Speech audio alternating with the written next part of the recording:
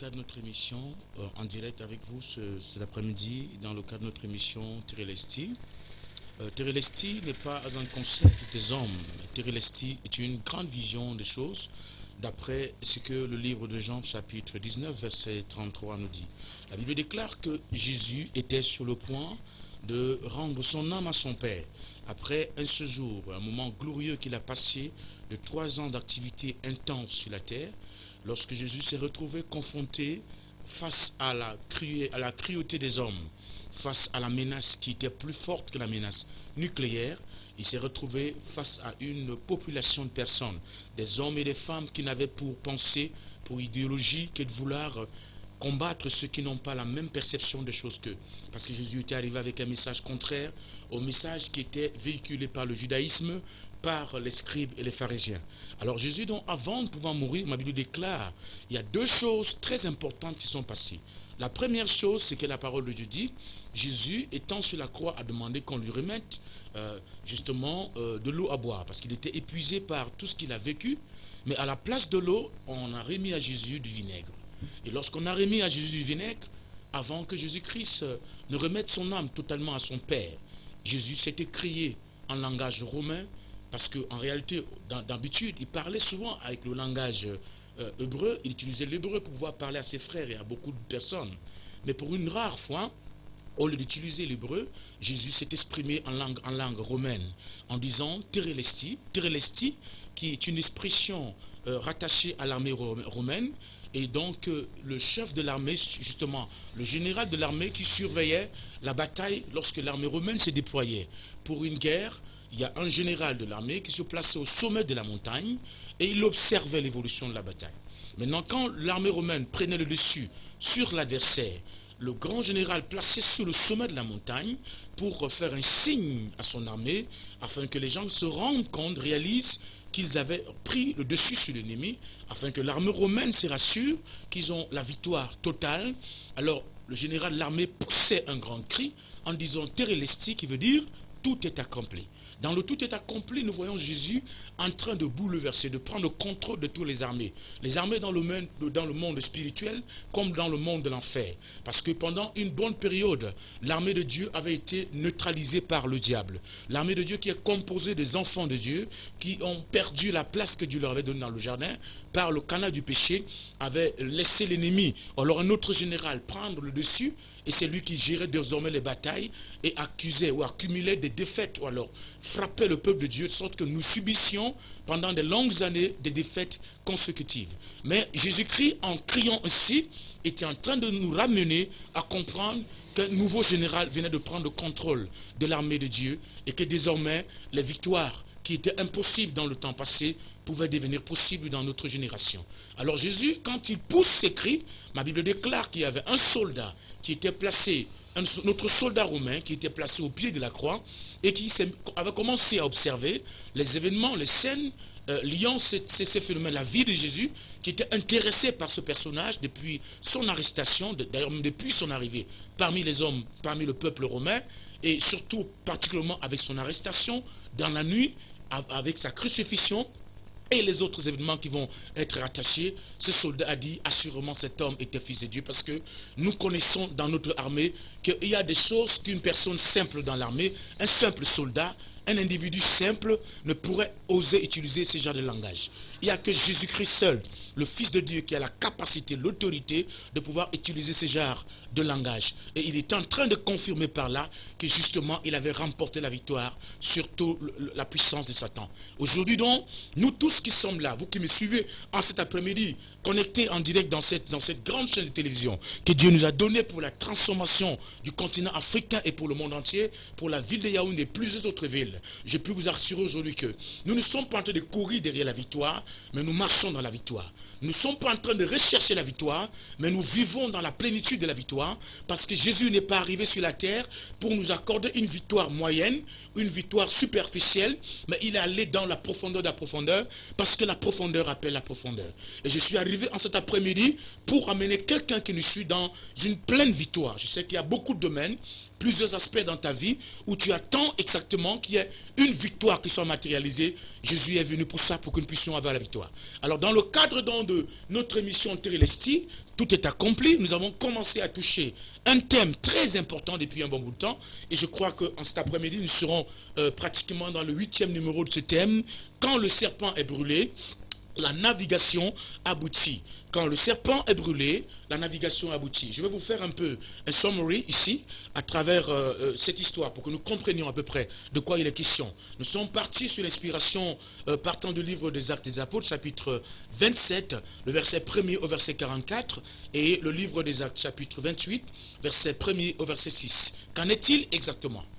Nous avons un personnage dans la Bible très important qui porte le nom de Paul. Au début, il s'appelait Saul de Tarse, et il a passé la grande majorité de sa vie consacrée, ou alors consacrant sa vie pour le judaïsme, qui est la religion que Moïse avait créée au travers de son arrivée en tant que prophète, le premier prophète par qui Dieu va délivrer le peuple de Dieu. Alors donc, il y a donc un système qui s'était mis en place, qu'on appelait le judaïsme, et qui continue d'ailleurs aujourd'hui à exister. Et Paul, donc, la majorité des personnes qui voulaient se sentir comme étant chrétiens, hommes de renouveau, comme étant des personnes dignes, ou alors qui peuvent défendre les intérêts du royaume de Dieu, il se faisait dans la grande majorité des temps converti dans le judaïsme, parce que c'était la religion de cette heure, de cette époque. Alors Paul, donc engagé dans le judaïsme, a suivi beaucoup d'études à plusieurs niveaux. Il était un docteur de la parole. Il a étudié dans l'école, dans plusieurs écoles. Il a été dans l'école de Gamaliel, qui était l'un des grands professeurs, en même temps un des promoteurs des grandes écoles. Et il étudiait quoi? Il étudiait le judaïsme dans sa profondeur pendant des années, et à cause de tous les enseignements qu'il recevait et des doctrines dans lesquelles il appartenait, ou alors en quelque sorte des loges, si on peut utiliser l'expression, ou en quelque sorte encore des différentes religions qui faisaient coalition ou qui étaient en conflit en cette époque, parmi lesquelles on avait les pharisiens, les sadduciens et les scribes. Il était donc un homme engagé dans la bataille pour défendre les intérêts du royaume, et il était vraiment une personne acharnée. Alors il avait donc déclenché une guerre extrême contre l'église. Quand je dis l'église, c'est-à-dire l'église que Jésus avait laissée, qui était composée de pierres, dont Jésus a dit, sur cette pierre, je bâtis mon église, c'est-à-dire, pas sur le nom de Pierre comme certains le pensent, mais sur la révélation que Pierre a eue, parce que l'église ne peut pas être bâtie sur un homme, parce qu'un homme est mortel. L'église ne peut être bâtie que sur une vision, sur une pensée, sur un courant de pensée. Alors il y a un courant de pensée que Pierre avait développé, et c'est ce courant de pensée que Jésus-Christ a admiré, il a accepté, il a validé, il a apprécié, et il a dit à Pierre, sur ce courant de pensée, je bâtirai mon église, parce que si l'église est bâtie sur ce genre de courant de pensée, alors une chose est sûre et certaine, cette église sera immortelle. Alors donc, il combattait contre cette église, et il luttait contre les chrétiens qui étaient dans ce courant de pensée. Il attrapait certains, il les mettait en prison, pardon, et il avait même assisté à la mort, au spectacle de la mort de l'un des disciples dans la parole de Dieu, qu'on appelle Étienne, qu'on a lapidé devant tout le monde. Alors Paul, donc maintenant, se croyant engagé, tellement déterminé, qu'il défendait les intérêts de Dieu, comme le font plusieurs personnes aujourd'hui, où ils prennent des armes, prennent des machettes, au nom, je ne sais, des belligérants, au nom, je ne sais de quoi d'autre encore, au nom de la religion, au nom de ceci, prennent des machettes, même si aujourd'hui certains ne prennent plus des machettes, mais ils sont animés d'une hostilité pour combattre contre tous ceux qui n'épousent pas leur schéma de pensée. Or, le monde dans lequel nous sommes est un monde d'écosystème. On est dans un monde d'écosystème où tout le monde n'est pas obligé de penser de la même manière. Mais ce qui est important, c'est que nous soyons tous en équilibre, en parfait équilibre. Ce qui constitue l'équilibre dans un écosystème, c'est parce qu'on a plusieurs variétés dans cet environnement qui fait en sorte que le monde, ou alors l'univers, soit ce qu'il est. Alors Paul, donc, ne supportant pas justement le courant de la pensée qui était développé, qui selon eux était un problème, une menace pour le judaïsme, avait pris pour engagement avec les autres personnes, ses amis, à combattre contre l'église. Ce qui se passe aujourd'hui exactement avec beaucoup de personnes. Lorsque je ne pousse pas sa pensée, il se met à combattre contre ce que c'est en train de faire. Lorsqu'on n'est pas dans les mêmes idéologies, alors on se dit que c'est nous qui sommes détenteurs de Dieu. Personne sur la terre ne peut oser dire maîtriser Dieu, parce que Dieu, on ne le maîtrise pas. On ne peut pas le mettre dans une boîte de sardines, il ne suffira jamais à l'intérieur.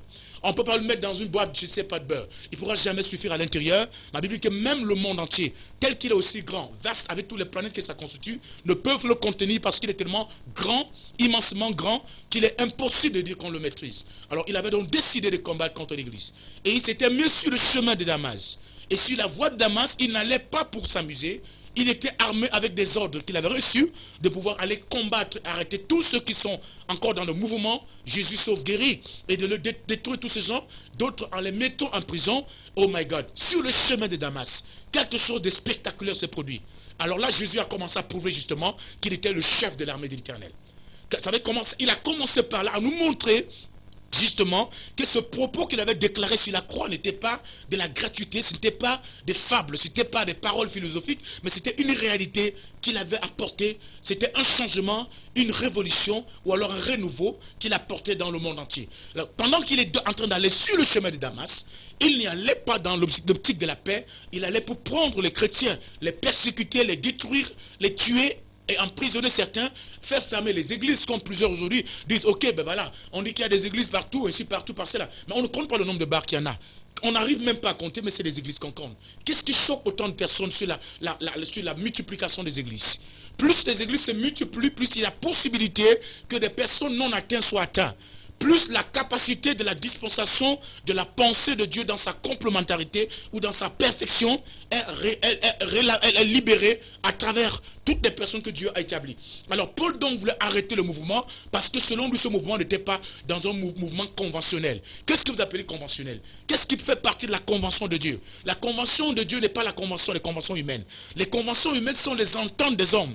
Et ces ententes en quelque sorte répondent comme une sorte, en quelque sorte de façon diplomatique à ce que vous appelez généralement la démocratie. Or le Dieu n'est pas, avec une n'est pas un Dieu des démocrates ou alors le Dieu des républicains ou je sais le Dieu de la gauche ou de la droite. Il n'a rien à y voir avec cela. Il est dans ce convention qui ne respecte pas les normes à la dimension humaine. Ces conventions sont totalement différentes. Alors on ne peut pas vouloir penser à la place de Dieu, ou vouloir faire des choses à la place de Dieu, vouloir défendre Dieu, au point d'aller prendre des armes pour tuer les autres, ou prendre des armes pour vouloir détruire les autres, ou alors se ranger pour combattre les autres personnes, parce que justement ces personnes n'ont pas la même idéologie ou la même pensée que nous. Le monde dans lequel nous sommes est un écosystème. Respectons cet écosystème parce que c'est cet écosystème qui fait la beauté de notre monde dans lequel nous sommes. C'est cet écosystème qui fait la beauté de notre planète et qui fait que la planète soit justement planétaire.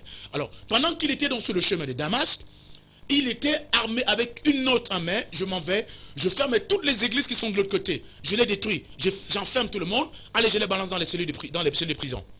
Pendant qu'il allait, il était dans une garantie d'assurance que ma Bible déclare qu'un moment de temps, Jésus a prouvé justement que ce qu'il avait dit, il avait vraiment accompli cela. Il a vu une grande vision. En fait, on parle d'une vision, mais on parle d'une sorte de théophanie, une sorte d'apparition. Il a eu une apparition physique de Jésus-Christ à travers une image qui est sortie et il a frappé d'aveuglement et il est tombé, il ne pouvait plus résister. Il a commencé, il ne voyait plus rien du tout. Et il était en train de gémir au sol. Les gens demandaient, mais qu'est-ce qui se passe? Il criait, il hurlait parce que la main du général de l'armée de Dieu était sur ses yeux. La main du général de l'armée de Dieu était dans sa vie. Et la Bible déclare que Jésus entendait des voix qui sortaient, mais il ne savait pas la voix qui était en train de s'adresser à lui parce que justement, il n'avait pas encore eu d'expérience avec ce Jésus. Il ne connaissait pas la voix de Jésus. Mais pour la première fois, il entend des échos et il n'arrive pas à identifier qui parle. Alors, Paul donc se demande, en criant, qui es-tu Seigneur? Parce que le mot Seigneur en réalité, le mot Seigneur veut dire celui qui est le maître de la cour. Celui qui gouverne dans une cour, qui règne dans une cour. Peut-être une cour royale, une cour, je sais de quoi d'autre. Il était le Seigneur, il demande donc, pour lui, c'est dit qu'il est peut-être parmi les grands seigneurs, alors parmi les grandes personnes qui règnent dans des cours, je sais où, dans une cour romaine. Il se disait peut-être que ça peut être l'un des grands généraux romains qui est en train de le menacer. Il dit, qui es-tu Seigneur? Et Jésus a répondu, dit à Paul, je suis Jésus que tu persécutes. Autrement dit, je suis le chef de l'armée de l'Éternel que tu es en train de combattre. Il te serait maintenant difficile de régimber devant les griffes que j'ai mis sur toi parce que Jésus, étant le lion de la tribu de Juda, avait placé ses griffes sur le visage de Paul et il a retiré la vue à Paul. Et Paul était neutralisé par la puissance du lion parce qu'il s'appelle le lion de la tribu de Juda. Il était donc face à ses griffes lorsque il ne pouvait plus faire qu'il a donné sa vie à Jésus et il s'est donc mis en un engagement pour commencer à défendre plus tard les intérêts de ce même général qu'il avait combattu pendant de longues années. Dans le chemin dont le parcours en train de défendre cette main, il se retrouve entre les mains des ennemis. Parce que de la même manière qu'il a été ennemi hier, c'est aujourd'hui aussi qu'il a des ennemis. Parce que généralement, ce que nous faisons dans la vie, on se dit souvent que, ok, on va échapper à tout. On peut échapper au jugement des hommes, mais on ne peut pas échapper au jugement de Dieu. C'est pourquoi il y a toujours des conséquences liées aux actes que les hommes posent. La loi de fait avec cause, ou alors la loi de cause à effet. Que se passe-t-il? Paul a passé tout son temps en train de faire du mal aux gens. Lorsque Jésus apparaît à Paul, il dit, ok, de la même manière que tu as persécuté les autres, tu seras persécuté par des gens exactement comme tu l'as fait. Alors sur le chemin donc, du parcours ministériel, il recommence à recevoir des persécutions. Et là, Paul donc se retrouve embarqué, ligoté, emprisonné. Et pendant qu'on est en train de vouloir le juger dans son pays natal, l'Esprit de Dieu lui dit, écoute-moi très bien, la mission que je t'ai donnée est une mission qui s'étend à la dimension internationale. Ta mission est portée vers des gentils, c'est-à-dire, quand on parle des gentils en ce moment, on parle des païens, des non-juifs, ceux qui ne connaissent pas la loi de Dieu, qui ne connaissaient pas Jéhovah, Jireh, le Dieu d'Israël. Alors, il est donc, quand Dieu se révèle à lui, Paul sollicite à ce qu'on le fasse juger par un autre tribunal, qui est le tribunal de son pays. Et il est donc embarqué avec d'autres prisonniers qui devaient être amenés du côté d'Alexandrie pour aller vraiment en Italie, pour pouvoir être jugés. Et pendant qu'ils sont en train d'évoluer, donc, ils arrivent à un moment de temps, ils sont où? Ils arrivent dans un endroit, dans un coin, dans l'évolution, dans le bateau dans lequel ils sont, et ils se rendent compte qu'on est en période de préparation de l'hiver. L'hiver était en train de commencer et prenait déjà une ascendance très forte, au point où Paul, qui est un homme spirituel et qui a de l'expérience avec le quotidien, a compris qu'il va être difficile cette navigation. Cette navigation va être difficile, ça risque de se terminer mal, ça risque de se terminer comme ça s'est produit avec le Titanic, avec la destruction du Titanic et des milliers de personnes qui sont décédées à l'intérieur. Alors Paul, donc, ne voulant pas qu'il vive cette expérience, donne le conseil à celui qui est le commandant du bateau, en demandant qu'ils attendent d'abord pendant un temps, qu'ils essaient de diverner dans un certain coin où il y avait plus de sécurité, d'après ce livre des Actes des Apôtres. Mais au lieu d'écouter Paul, on n'a pas écouté Paul. Écoutez, ils ont préféré écouter un autre commandant qui était élevé, parce que selon lui, Paul n'avait pas d'expérience dans le domaine de la navigation. Il n'avait pas d'expérience dans le domaine comment on appelle, de la conduite, ou en quelque sorte du pilotage d'un grand navire. Il n'avait rien comme expérience dedans. Alors on ne peut pas écouter quelqu'un qui était un profane dans un domaine, selon eux. Mais ils ne savent pas que Paul est animé par l'Esprit de Dieu. Et quand quelqu'un a l'Esprit de Dieu, il a la connaissance de tout. En fait, Dieu, l'Esprit de Dieu, est capable de nous révéler les moindres choses, même les choses les plus cachées dans les cœurs des rois. Il peut nous révéler ces choses là-dedans. Alors Paul n'est pas allé vers un homme, il n'est pas allé vers la philosophie, mais c'est l'Esprit de Dieu qui lui a révélé le danger qui sillonnait dans les parages. Mais ils n'ont pas voulu l'écouter parce que selon eux, quelle expérience un tel homme peut-il avoir? On sait qu'il a une expérience dans le domaine de la Bible, de la Torah, qui est le livre de Moïse, qui est le judaïsme, ainsi de suite. Il a l'expérience avec les armes. Mais quelle expérience a-t-il avec les navires? Alors pour eux, il ne faut pas qu'on écoute Paul. Ils préfèrent écouter cet homme. Et ils se sont donc levés. Pendant qu'ils essayaient donc de naviguer en poussant le navire à un montant, ma Bible déclare que les vents se sont soulevés. Et en printemps, ils se sont arrêtés. Et lorsqu'ils se sont arrêtés, ils ont fait un point moins. Après, le vent se sont calmés. Voyez, d'abord, cette situation devient très très bizarre. On démarre le bateau, on se lève, on lève les ancres, le vent se lève, on arrête et le vent s'arrête. Il y a un problème quelque part. Qu'est-ce qui se passe-t-il derrière ces mouvements qui se produisent au travers de cette action? Tout à l'heure, nous le saurons. Alors, pendant donc que Paul demande aux gens, arrêtons-nous, ils ne l'écoutent pas, il se rend compte qu'après un temps, le climat semble être favorable. Les choses se sont calmées, il n'y a plus rien, il n'y a plus de panique à se faire. Alors il faut se lever, ils lèvent dans les ancres, ils se mettent en marche. À peine sont-ils en train d'avancer que soudainement ils ont été accueillis par un vent. Un violent vent qui souffle souvent comme une sorte de cyclone, qui souffle dans les États de Nevada et dans plusieurs autres États aux États-Unis, qui a dévasté plusieurs régions de ce côté et dans plusieurs endroits dans le côté du Moyen-Orient. Un vent terrible a commencé à souffler qu'on appelle Héraklion. Et quand vous voyez le mot Héraklion partant du langage grec, partant du langage romain, sachant même ce qui se passe, vous allez voir que c'est un dieu. À l'époque, Héraklion était considéré comme un dieu de la mythologie grecque. Il est considéré comme le dieu des vents. Celui qui contrôle le vent, qui a la puissance, qui agit dans les eaux, dans l'esprit. Donc ce n'est pas juste de la mythologie, mais c'était une réalité.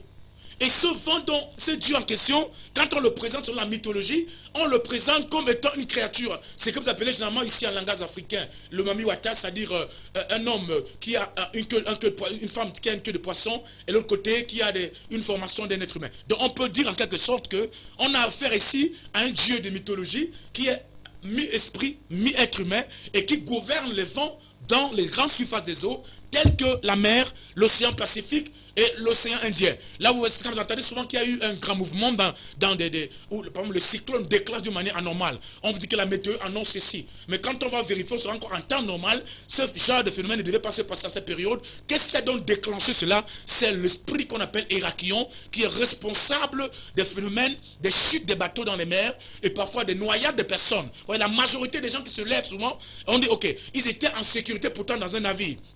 Ils se déplaçaient. Plusieurs Africains qui sont morts, partant de Dakar pour aller du côté d'Italie, d'autres voulant voyager pour aller en Espagne, se sont retrouvés dans une situation, on ne sait pas qu'est-ce qui produit, alors que celui qui était le pilote avait la maîtrise de tout, parce que le démon ou alors le dieu Hérakion de la mythologie s'est levé et il a décidé que ça ne se passera pas ici.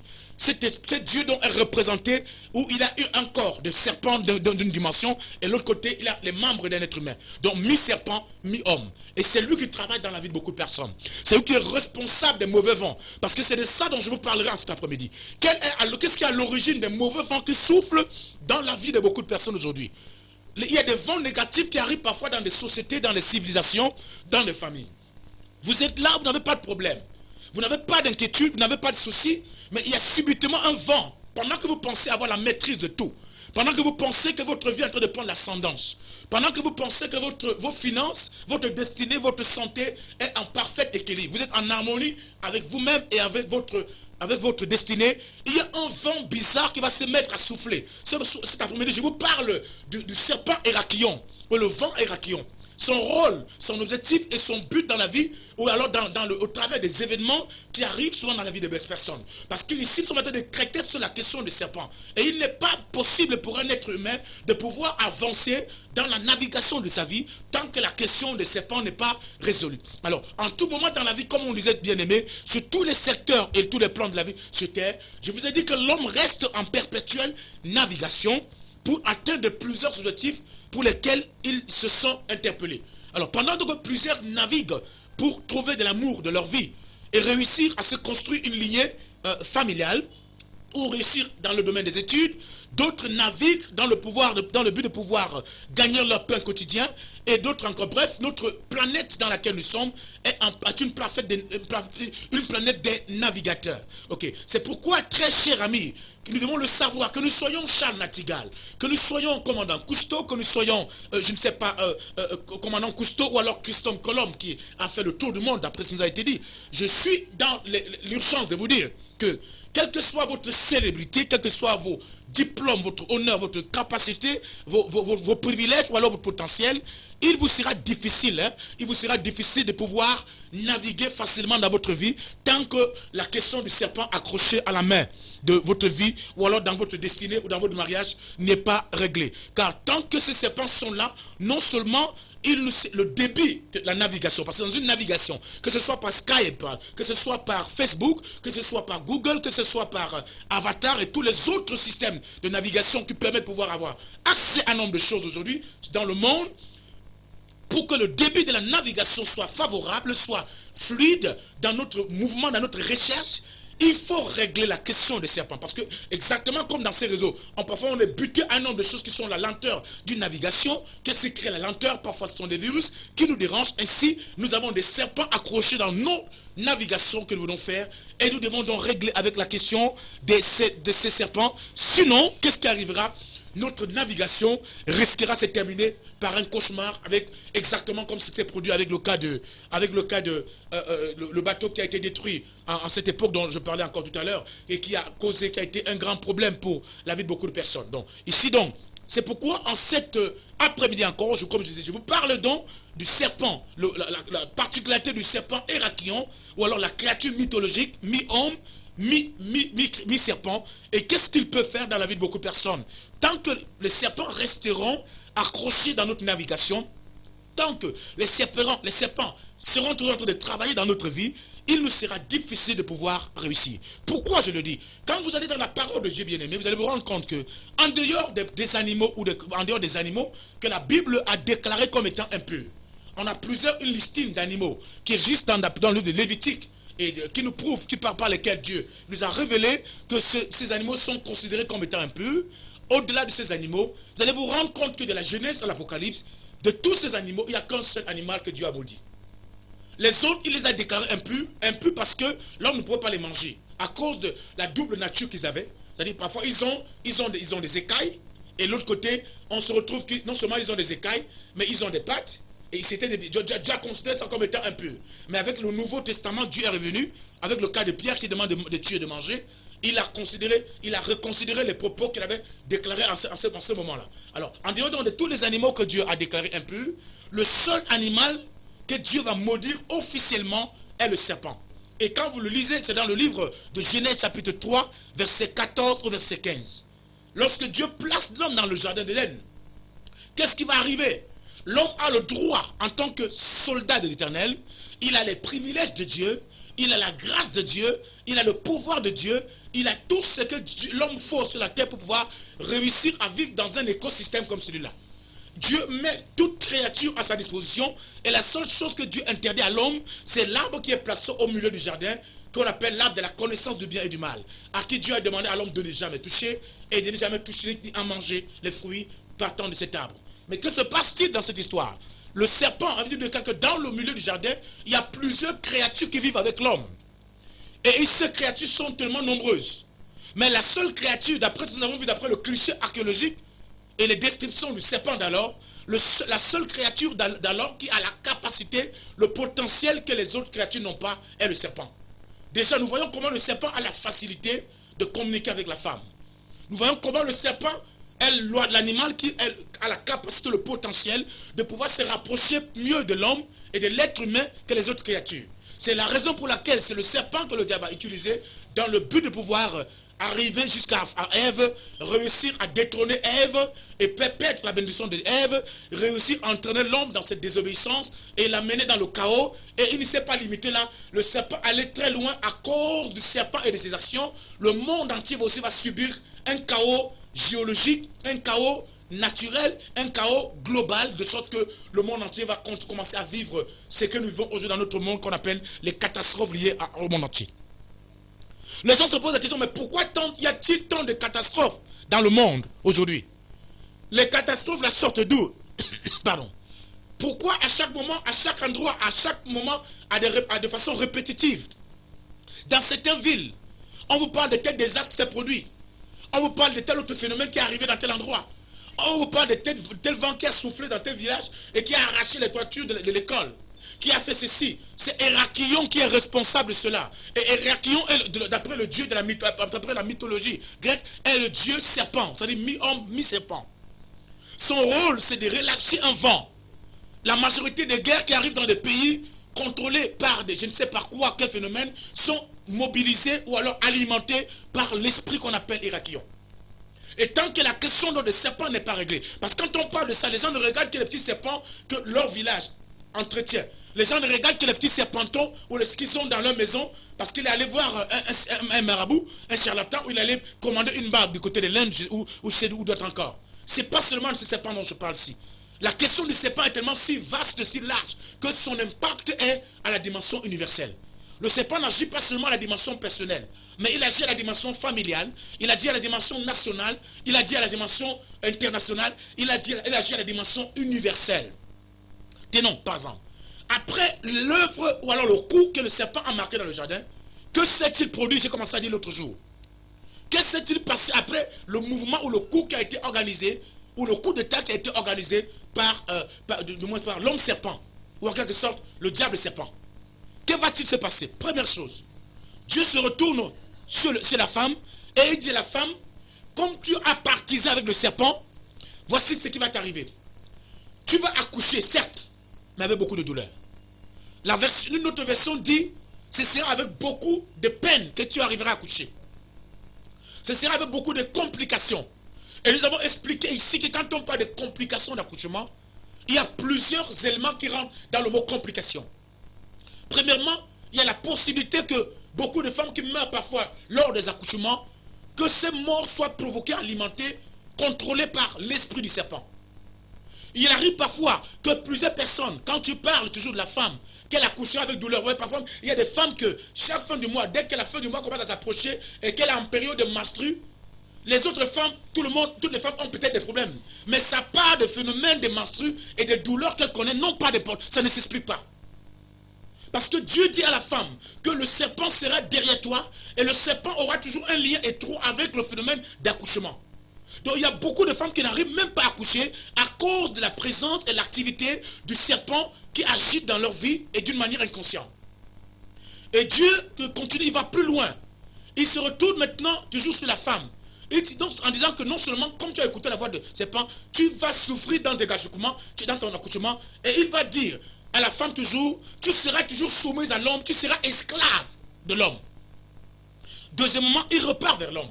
Il dit à l'homme, voici la conséquence liée à la relation ou au pacte que tu as noué avec le serpent. Parce qu'il y a des gens qui vont dire, mais moi je n'ai jamais noué le pacte. Le phénomène des pactes, les pactes ont plusieurs dimensions. Il y a des pactes inconscients. Hein? Il y a des pactes inconscients que l'on peut signer. J'ai rencontré par exemple deux jeunes quelque part en Afrique de l'Ouest. Et là je vois deux jeunes hommes, il y a une fille qui est venue me rencontrer, elle avait un problème spirituel et on priait. Toutes les fois quand elle allait à l'église, elle tombait toujours. Les démons se mettent à parler. Et la personne qui parle, un esprit qui parle, on ne sait pas d'où ça vient.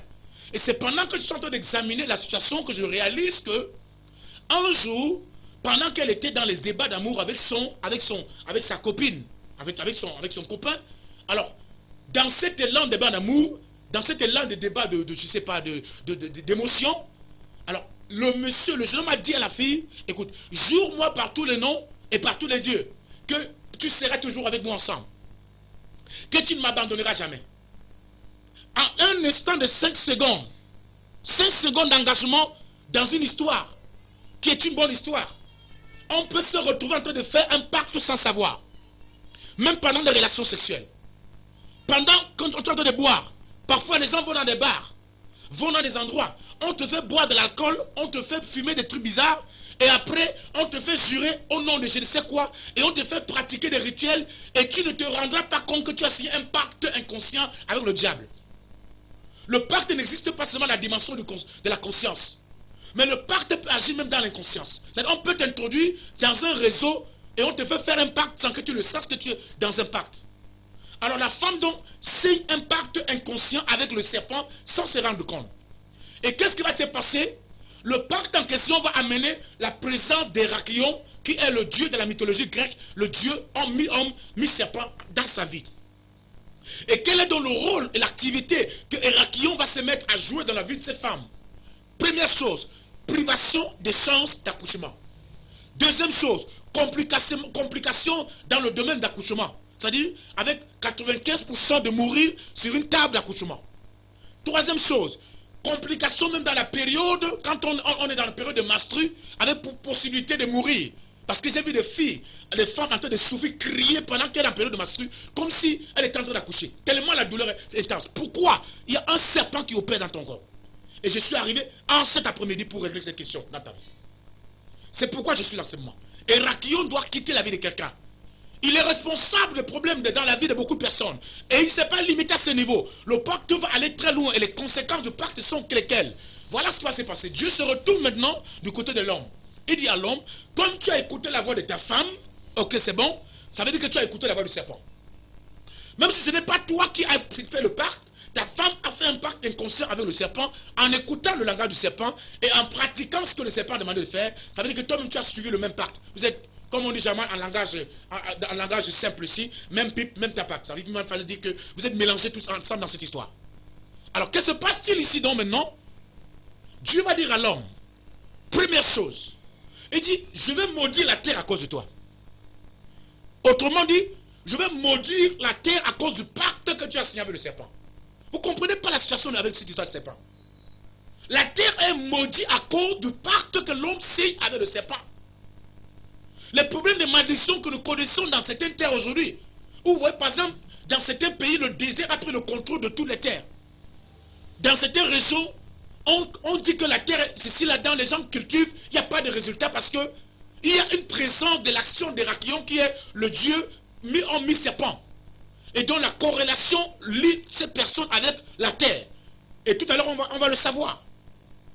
Dieu dit à l'homme, parce que tu l'as fait ainsi, en écoutant la voix du serpent, voilà ce qui va arriver.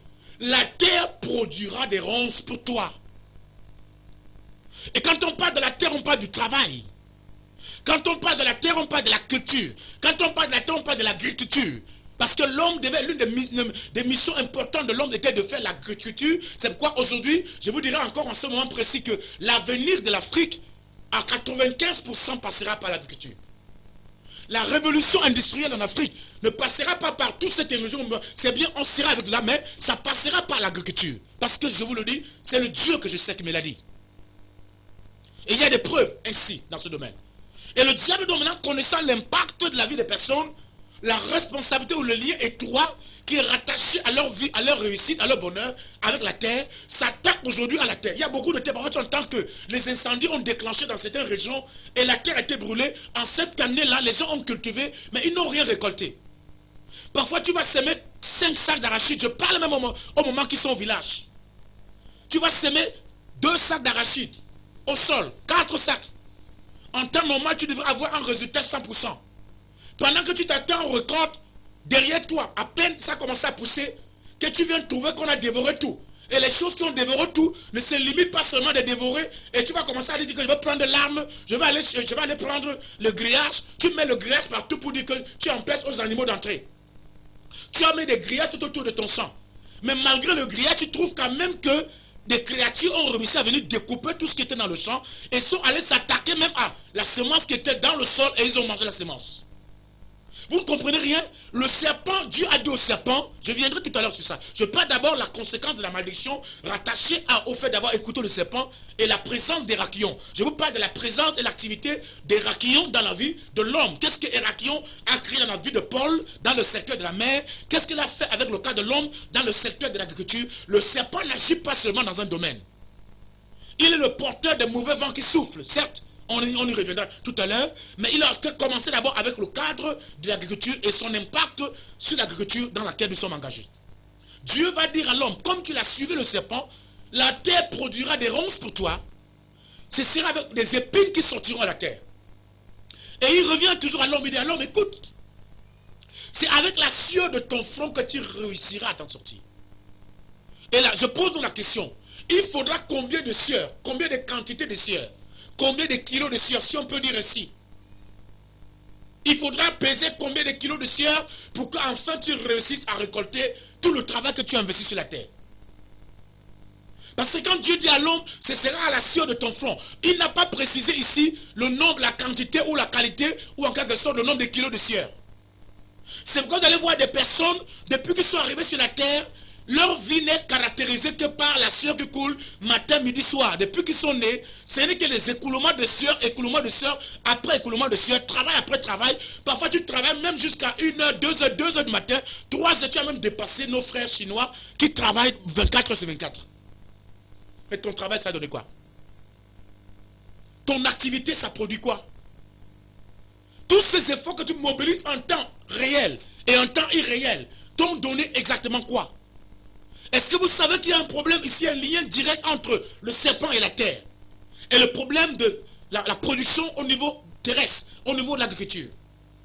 Vous allez me dire que non, vous n'avez pas de serpent. Je vous dis que Héraclion est là présent. Le serpent est là. Que vous le voyez ou pas, il est présent. Et vous devez régler cette compte-là. Si l'Afrique attend, veut aujourd'hui qu'il y ait un décollage dans le domaine de l'économie de l'Afrique, si l'Afrique s'attend à ce que nos terres africaines deviennent comme à l'OTAN d'avant, où on pouvait espérer qu'à travers la terre, l'Afrique peut remonter et rivaliser avec les autres nations de la terre, il faut que la question des serpents dans les terres africaines soit réglée.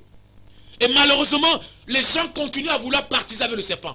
Au lieu de s'éloigner du serpent, ils pensent que la solution africaine, la solution mondiale, la solution des nations passera par le pacte que Dieu a interdit dans le jardin avec le serpent. Il y a des pactes qui sont possibles encore. Parce que quand on parle de pacte, on parle de convention. Mais il y a une convention ou un pacte qui est impossible, que Dieu a déclaré comme étant impossible. Dieu a dit clairement dans la Bible que entre la postérité du serpent, parce qu'il n'y a que 2 postérités dans la Bible, lisez très bien. Il y a la postérité du serpent, il y a la postérité de la femme. C'est ce qui est écrit dans la parole du Seigneur. Le conflit est là. Et c'est le même conflit. Et il sera toujours là. Et c'est la raison pour laquelle le serpent qui a commencé à amener le monde entier, la terre dans le chaos, dans la genèse des temps, est le même serpent qui reviendra. C'est le même serpent qui revient de l'Apocalypse. Lisez très bien. Il y a eu une grande guerre au ciel. L'archange Michel combattu contre le dragon. Parce que le serpent a plusieurs formes. Nous avons vu pour le cas de plusieurs pays asiatiques aujourd'hui, le symbole qui caractérise le pays, c'est le même serpent que le dragon. Et c'est le même serpent que les hommes veulent ramener en surface. Quand je me suis préparé pour cette émission aujourd'hui, j'ai vu cette créature m'apparaître avec des gens qui me disent que tu ne vas pas me déloger de ce lac. Je m'adresse à tous les serpents qui sont dans les lacs. Que ce soit le lac municipal de la ville là où je me tiens à ce moment. Ou les autres lacs où les gens meurent de façon anormale. Je parle des rivières dans le village. Où les gens ont caché des serpents. Et dès que les jeunes vont se laver dans ces eaux, à la place de la réussite, c'est la malchance qui s'accole à leur vie. Il y a plusieurs jeunes filles, plusieurs jeunes garçons qui n'arrivent pas à se marier aujourd'hui tout simplement parce qu'ils sont allés ou elles sont allées se laver dans la rivière du village. Et dans cette rivière, il y a un serpent qui est là, qui est l'anaconda, qui est le dieu de la mythologie qui s'appelle Hérakion, le dieu mi-serpent, mi-homme. Et on a dit que tous ceux qui se laveront dans cette rivière, leur vie ne sera jamais rien. Il y a plusieurs serpents que les gens ont placés dans le fundi. Il y a des serpents qu'on a placés dans plusieurs rivières, à la Sanaga, partout, dans l'oignon. Et ces serpents sont là. Qu'est-ce qu'ils veulent? Ils sont à la recherche des énergies. Et c'est grâce à ces énergies qu'ils dépouillent les hommes et ceux qui sont leurs maîtres s'enrichissent derrière ces serpents. Mais écoutez-moi très bien, votre heure est arrivée. Parce que de la même manière que je vous expose ici, l'ange de Dieu va descendre pour commencer à agir. Alors le serpent va faire quoi? Le serpent va être responsable du chaos universel. Vous le pensez que le chaos vient des guerres nucléaires? Pensez-vous que le chaos universel viendra parce qu'il y a eu un cataclysme universel provoqué par une guerre d'Indonésie? Ou alors une guerre, je ne sais quoi, la première guerre ou la deuxième guerre mondiale? Non. Le chaos véritable de l'univers n'a pas commencé par la première guerre. Le chaos universel a commencé avec l'implication ou le rôle qu'a joué le serpent dans le cadre de la déstabilisation de l'écosystème universel. Donc le premier chaos qui peut arriver dans la vie d'un homme ne sera pas le chaos provenant de ton cousin ou de ta cousine qui est venu voler ton mari ou ta femme ou qui a volé ton argent, ceci, cela. Le tout premier chaos qui arrive dans la vie d'un homme est la présence du serpent qui ouvre les portes à ce que les gens te fassent du mal, même quand il ne faut pas qu'on te fasse du mal. C'est le serpent qui va ouvrir la porte du chaos dans le monde, bien aimé. C'est le serpent qui est responsable de la souffrance que l'homme subit sur la terre aujourd'hui.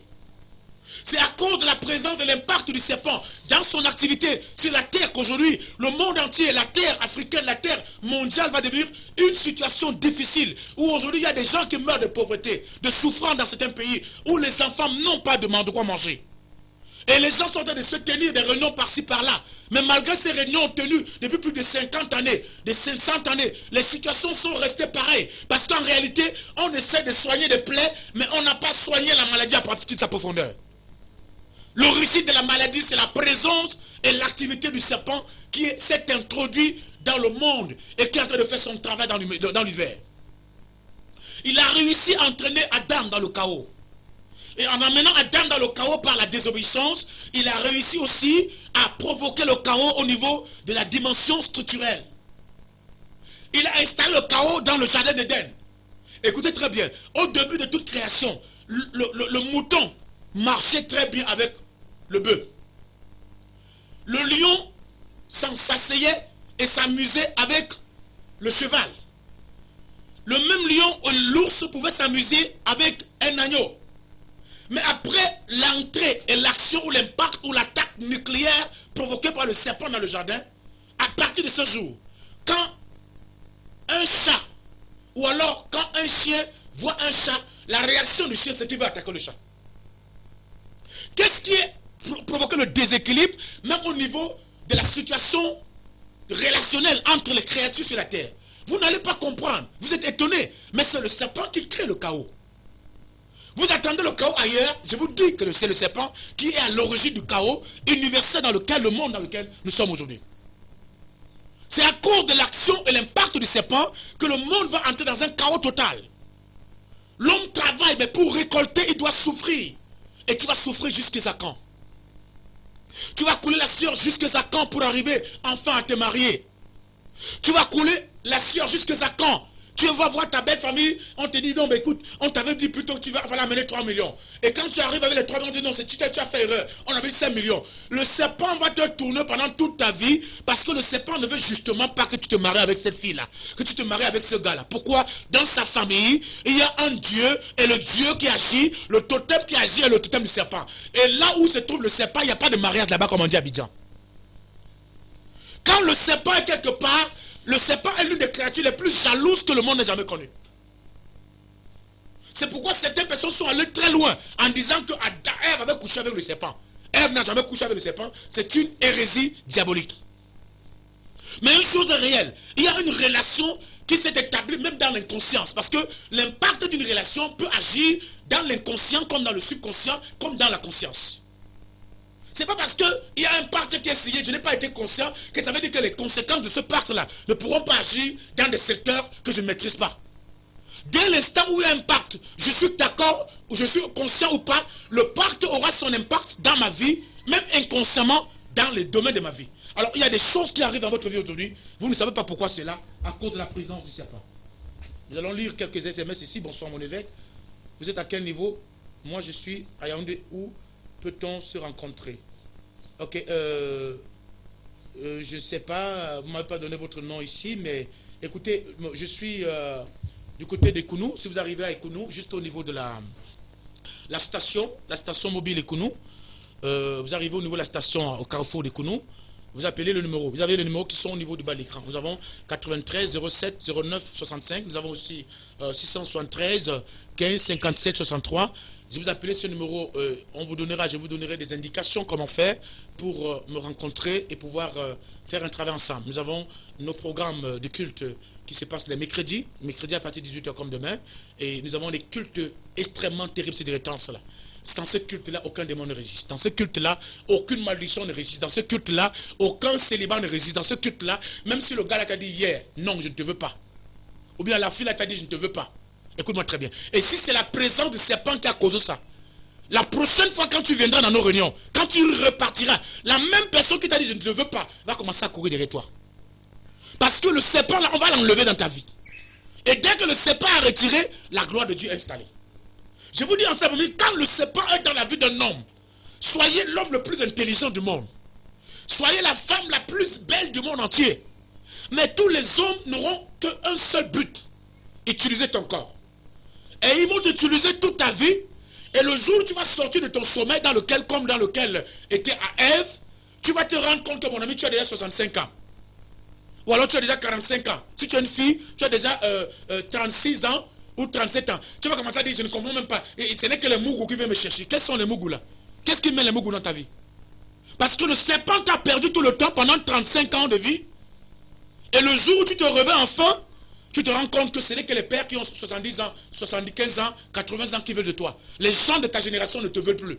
Parce que le serpent a déjà avalé toutes les autres années de ta vie. Tu as besoin de la délivrance. Je te dis que tu as besoin de la délivrance. Et la délivrance n'a pas de conditions. La délivrance n'a pas de réflexion. Comme tu m'entends maintenant, tu dois venir au demain dans ce culte-là parce que les serpents doivent se déconnecter. Héraclion doit quitter la vie des hommes. Tant qu'il y a Héraclion, il n'y a pas de résultat qu'on attend. Tant qu'il y a Héraclion, le chaos sera incessant et permanent dans ta vie. Tant que Héraclion, le dieu de la mythologie grecque qui est mi-serpent, mi-homme, tant qu'il est présent dans ta vie, je peux te dire, t'assurer que tu montes, tu descends. Quand tu ne t'attendras pas, tu vas vivre un chaos total dans ton histoire. Si le serpent a réussi à entraîner l'univers tout entier, contrôlé par un homme qui a reçu des pouvoirs cardinaux entre les mains de Dieu, qui a reçu l'autorité, la puissance, la force de Dieu, et que le diable a réussi à détruire, utilisant le serpent, et en entraînant la terre entière et l'univers dans le chaos, ce n'est pas ta petite vie qui va faire peur au serpent. Si le serpent a réussi malgré l'ordre établi par Dieu, parce que le monde entier au début de la création était dans un chaos total, était dans le déséquilibre total. Dieu a réussi par une sorte d'alchimie pendant 6 jours à rétablir le chaos qui existait. Les amis. Est-ce que vous imaginez que le chaos que Dieu réussit à rétablir en 6 jours Il a fallu d'une seule journée, je veux dire moins de 24 serpents pour ramener la terre dans le même chaos, plus grave. Le monde entier connaît un chaos pendant des milliards d'années. L'histoire de la terre commence par le chaos universel.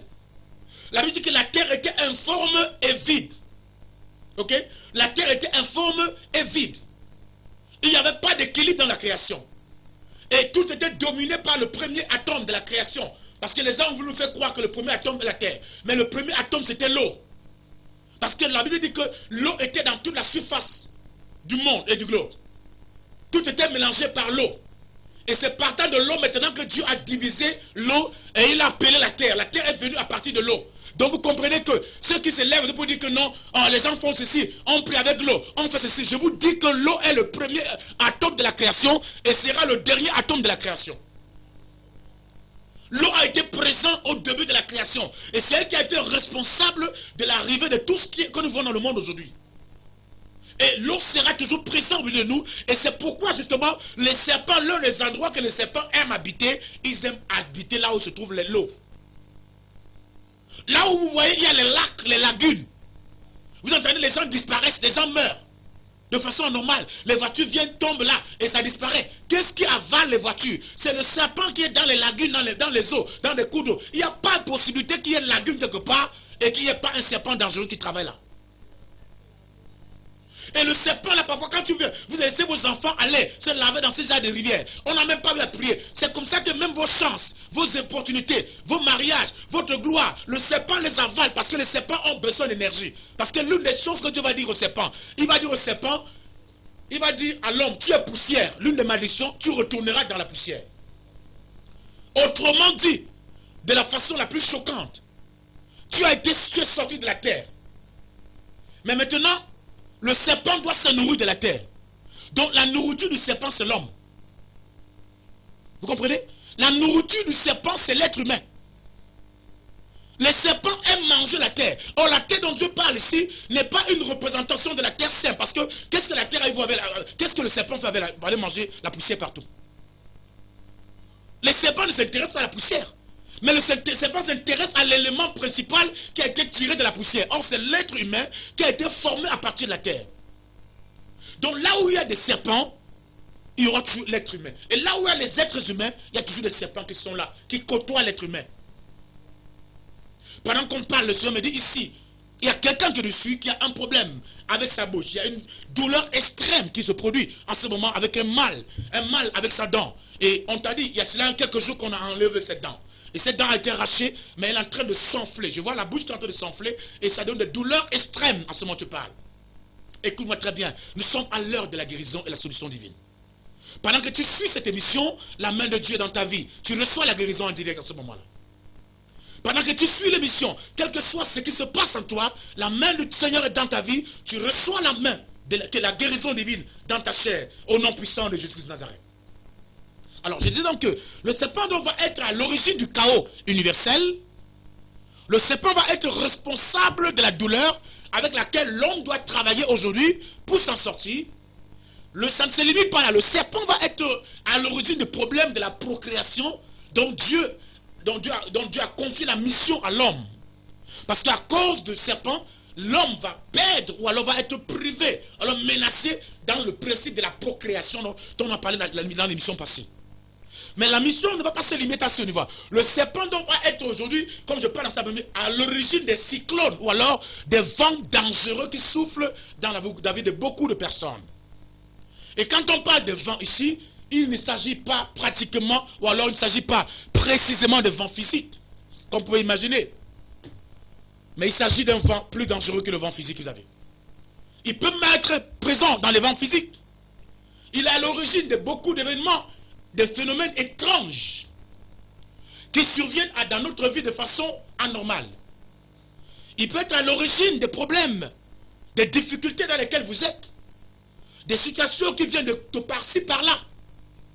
Vous vous levez d'une maladie, à peine vous sortez de la maladie, quand notre vent de notre maladie va souffler encore derrière vous. Et tout l'argent que vous avez réussi à mettre de côté pour démarrer tel genre d'activité, l'argent s'en va pour que soyez les maladies. Ça, c'est un vent qui est dirigé par Héraclion. Alors pendant que Paul est en train d'avancer dans la navigation, parce que c'est avec ça qu'on va terminer. Pendant que Paul donc navigue dans la navigation, il est en train d'avancer dans la navigation de sa destinée, pour aller où? Il était dans l'optique de voyager pour aller en Italie. Donc il y a des gens qui naviguent pour aller dans un autre pays. Parce que peut-être c'est là-bas où leur bonheur va être là. Il naviguait pour aller accomplir une des parties de sa destinée. Soudainement, le vent héraclion a commencé à souffler. Qu'ils ont voulu par tous les moyens physiques et par leur force physique contrôler la situation, ils n'ont pas pu contrôler cela. Parce que l'esprit qui agissait derrière est le même esprit que la Bible appelle le Léviathan, ou en quelque sorte encore Héraclion. Le même démon qu'on appelle Léviathan, qui est le même serpent, est le même esprit qui porte dans la mythologie grecque le dieu Héraclion, qui est le dieu mi-homme, mi-serpent, qui agit à travers le vent. L'une des méthodes, ou alors l'un des mécanismes, ou l'une des forces qu'il utilise est la force du vent. Il y a des vents parfois bizarres qui souffrent dans certaines régions, mais dont l'origine est absolument douteuse.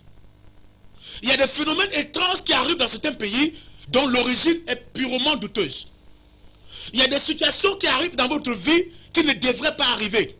Parce que quand vous regardez, vous avez pris toutes les dispositions qu'il fallait. Vous avez arrangé tout. Mais ce vent qui est arrivé là, soudainement et subitement, il sort d'où? Aucune météo n'a annoncé ce vent. Dans votre logique, rien n'a annoncé ce vent. Dans votre perception spirituelle, ce vent n'était pas là.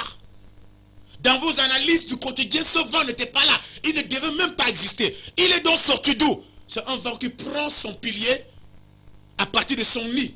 Et son nid est contrôlé par un esprit qu'on appelle le Léviathan, qui est le serpent de la mer, dont parle le livre d'Ésaïe. Le grand serpent, le serpent monstrueux de la mer. Dans d'autres traditions, dans d'autres coutumes, d'autres l'appellent le Mami Wata, ou alors le Papi Wata, ou alors la Tantine Wata. Tous ces serpents ont un lien avec l'eau. Et leur rôle est non seulement de créer des phénomènes, de soulever des tensions, parfois dans des pays, parfois à l'origine des guerres, à l'origine des conflits dans des familles, à l'origine des disputes, à l'origine des bagarres, à l'origine des phénomènes étranges, où une ville, un pays, une nation, une famille est en paix, et soudainement une situation va sortir de nulle part. Qui est responsable de ça? C'est Héraclion ou le Léviathan. Il tend toujours le guet-apens aux gens. Il est toujours en train d'attendre. Et il vise le moment opportun. Et il attend le moment opportun. Et il sait quel est le moment opportun de votre vie. Au moment où vous êtes en train de vouloir décoller dans votre vie. Au moment où vous êtes sur le point de vous marier. Au moment où vous êtes sur le point de voyager. Au moment où vous êtes sur le point de prendre l'envol. Au moment où vous êtes sur le point de pouvoir avancer dans un domaine plus important. Au moment où vous êtes sur le point de pouvoir prendre un virage positif et déterminé, définitif dans votre vie. C'est en ce moment-là que Héraclion va se lever. C'est en ce moment que le Léviathan va se lever. C'est en ce moment que le dieu de la mythologie grecque, qui est mi-serpent, mi-homme, va se lever dans votre vie. Et il vous emmènera dans un chaos total. Il s'est levé dans la vie de Paul. Et il a cherché à renverser le bateau. Mais la main de Dieu a été plus forte encore. La main de Dieu a protégé le bateau. Mais il ne s'est pas limité là seulement à attaquer le bateau de Paul. Il en voulait à la vie de Paul. En fait, tous ces phénomènes qui arrivent dans votre vie, à votre foyer, à votre travail, à ceci, ce n'est pas ça l'objectif du serpent. Ce n'est pas votre travail qui l'intéresse. C'est votre vie qui intéresse le serpent. Parce que le serpent va se nourrir de la terre. Et vous êtes tiré de la terre. Et c'est vous qui intéressez le serpent. C'est vous la cible du serpent. C'est votre âme que le serpent veut. C'est votre vie que le serpent veut. C'est pourquoi on veut vous amener à intégrer les ordres occultes. C'est pourquoi on veut vous amener à entrer dans des choses où les gens pratiquent des choses bizarres. C'est le pourquoi est-ce qu'on vous amène dans les réunions des Ndjangi et ceci, cela, pour pouvoir vous donner le serpent, afin que le serpent vous donne de l'argent à la maison en couchant avec le serpent, parce que le serpent recherche votre âme. Le serpent est à la quête des âmes pour l'enfer. Le serpent est à la quête des âmes pour les détruire. Alors le serpent a dit à Paul, il n'y a pas de problème. Ton Dieu t'a protégé dans l'eau, qui est mon secteur. Je t'attends au sol. Au même moment où Paul est sorti avec les autres, comme c'était lui qui était la cible, dès l'instant il est sorti du bateau, avec beaucoup de peine, en nageant, en naviguant de la même manière bizarre, à peine Paul s'est retrouvé à côté du feu, qu'il a été reçu par des barbares, qu'on a allumé le feu. Ma Bible déclare au même moment, dès qu'il a mis la main pour ramasser la broussaille, oh my God, le même serpent qui suivait Paul depuis longtemps dans sa vie, qui a été derrière lui depuis sa famille, qui l'a suivi dans la mer, et qui ne s'arrête pas à le suivre dans la mer, mais il le suit même pendant qu'il est au sol. Le serpent, quand il est derrière toi, il est plus que Jack Bauer. Quand il est derrière ton dos, il ne te lâche jamais. Il est plus que les terroristes. Quand ils se mettent derrière ton dos, ils n'ont pas de mission. Leur mission, c'est d'en finir avec toi. Alors, sache que tu le veux ou pas. Que tu veux la prière ou pas. Que tu recherches Dieu ou pas. Le serpent finira par t'atteindre si tu ne cherches pas Dieu. Il y a quelqu'un qui m'a appelé l'autre jour. Il m'a dit, mon évêque, écoutez-moi. Oh, vraiment, j'ai fait un rêve mauvais. Où j'ai rêvé dans mon village qu'un serpent est venu me mordre. Le serpent m'a mordu. Ok, le serpent t'a mordu. Je t'ai demandé de venir à la prière. Tu m'appelles pour me dire que le serpent t'a mordu. Et ça te fait quoi? C'est pas la blague. Si tu t'amuses dans les semaines qui vont venir, tu vas mourir. Parce que la mordue du serpent, ce n'est pas des blagues. C'est que tu as vu dans ton rêve, là, c'est la réalité. Tout ce qui entre dans le monde de l'irréel, c'est-à-dire le monde de la matière irréelle qu'on appelle le monde des visions et des sens, est aussi réel que ce que nous voyons dans le physique. La réalité n'est pas seulement des choses que nous voyons dans notre œil, mais la réalité aussi, c'est des choses qui vont dans le paranormal, des choses qui vont dans le monde parallèle. Parce que c'est là-bas où tout ce qui arrive sur la terre a commencé. Alors quand une chose va t'arriver, on t'amène d'abord dans le paranormal et on te montre ce qui va t'arriver. C'est si tu rêves que le serpent t'a mordu et tu vas te coucher pour dire, ok, vraiment, je ne sais même pas comment je vais faire. Hein. Le serpent va te mordre. Ce serpent n'est même peut-être pas un serpent physique comme tu penses, mais c'est sûrement quelqu'un qui est dans votre famille, quelqu'un qui est un homme serpent, comme je vous ai dit l'autre jour, dans Conan le barbare. Les hommes serpents qui suivent Conan partout parce qu'ils ne veulent pas qu'il a délivré ses parents, qu'on a transformés. Parce qu'il y a des gens qui ne veulent pas que vous vous mariez, ils sont des hommes serpents dans vos familles, ils ne veulent pas que vous puissiez réussir, ils sont des hommes serpents et des femmes serpents dans votre vie. Vous avez des amis qui se transforment en serpents, qui se sont incarnés, et leur rôle c'est de vous mordre. Ils attaquent vos affaires, ils attaquent vos finances, ils veulent vous détruire par tous les moyens. Si vous rêvez de ces choses, vous ne venez pas chercher les délivrances, vous finirez par être mordu. Et la morsure, vous ne la verrez pas arriver parce que ça va passer par un accident, ça se passera par un arbre qui va se déchirer quelque part, ça se passera par une noyade, ça se passera par une maladie qui va arriver, ça se passera même par avec un homme ou une femme avec qui tu vas avoir des rapports sexuels et tu te dis que non, il n'y a pas de problème. Et dès l'instant où tu as fait pape, même si tu as les préservatifs, allez, le serpent vient, il mord le préservatif et pape, ça entre à l'intérieur, c'est le virus qui est entré. Et le serpent atteint sa mission. Le serpent n'a pas besoin de caoutchouc pour traverser. Il n'a pas besoin d'une maison de protection avec, je ne sais quoi, avec des gilets pour ne pas entrer. Il entre partout. Même là où on a établi des fers, il entre. Parce que c'est le seul animal qui est capable de s'infiltrer partout. Je vous ai dit l'autre jour que l'une des stratégies de guerre de KGB, c'est la stratégie du serpent. Dans tous les films chinois, c'est le serpent qui est toujours l'animal qui finit par détruire le chef bandit qui dérange. C'est le secret. Parce que le serpent est présent et il est très dangereux. Jésus dit, soyez simples comme des colombes, mais soyez rusés ou malins comme des serpents. Parce que le serpent est l'animal le plus malin de toute la création. Le lion est peut-être fort. L'éléphant est imposant. Mais le serpent est plus dangereux dans la rue que tous les autres serpents, les autres animaux. Alors je vous annonce aujourd'hui, pendant qu'on est en train d'aller vers la fin de notre émission, que si vous me suivez en ce moment, vous rêvez des serpents. Vous avez rêvé même un seul jour, une seule nuit, que vous étiez en train de dormir, un serpent était à côté de vous. Vous étiez en train de vous promener quelque part et le serpent voulait vous mordre. Vous étiez en train de voler quelque part ou en train de grimper une montagne et le serpent s'est enrôlé sur vous.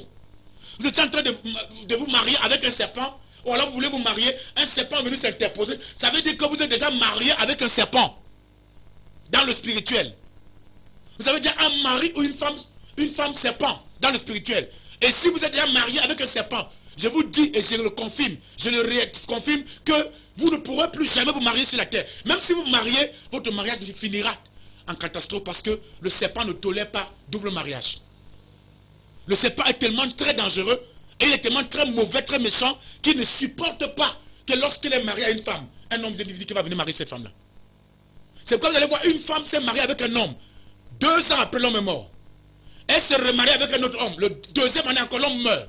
Je vous parle des choses qu'on vit tous les jours. Elle se remarie avec le 3e homme. La même homme, 5 hommes mariés. La même chose. Même situation, même effet. Parce que tu es déjà marié avec un serpent. Alors le mariage n'était plus possible avec un autre homme simple, naturel. Vous m'avez suivi en cette émission, vous êtes bénis de la part du Seigneur. On a tellement de grandes choses à vous dire. Mais on aimerait beaucoup plus prier avec vous ensemble. On aimerait vous voir arriver à la prière. On aimerait être en contact avec vous pour vous écouter, pour essayer de cerner la situation, pour sonder ce qui se passe dans vous, pour vous passer dans le scanner de Dieu en tant que prophète évêque des nations et pour localiser où se trouve le serpent dans votre vie. et pour alors en découdre avec ces serpents. C'est alors que le monde, la terre, deviendra ou alors reviendra pour vous une plateforme agréable pour votre destinée, comme le Seigneur l'a fait. Parce qu'il dit, il écrasera le serpent, comme il a dit à la femme. Il dit que la postérité de la femme écrasera le serpent. Et c'est alors que vous pourrez écraser le serpent qui est dans votre vie. Et alors la stabilité sera rétablie. Vous avez suivi pendant cette émission, durant toute l'émission, vous avez la possibilité de nous écrire, même après l'émission, ou nous appeler, et, ou alors nous rencontrer, ou alors de venir demain à 18h, dès 18h, dans le cadre de nos programmes de prière. Du côté de Kounou, vous êtes à Kounou au niveau de la station, Carrefour et Kounou, vous appelez les numéros qui sont là, on vous donnera des orientations, c'est à 150 mètres de la route, vous pouvez venir dans nos prières et on va vous recevoir, on priera avec vous ensemble, vous êtes bénis de la part du Seigneur. J'ai béni l'Afrique, j'ai béni le Cameroun, j'ai béni les États-Unis, j'ai béni la France, j'ai béni toutes les nations de la terre. Je prie que le Seigneur puisse remettre l'ordre et que le serpent Héraclion soit arrêté. Soyez bénis, shalom, shalom. On se retrouve dans le cadre de la suite de notre émission la prochaine fois. Soyez bénis.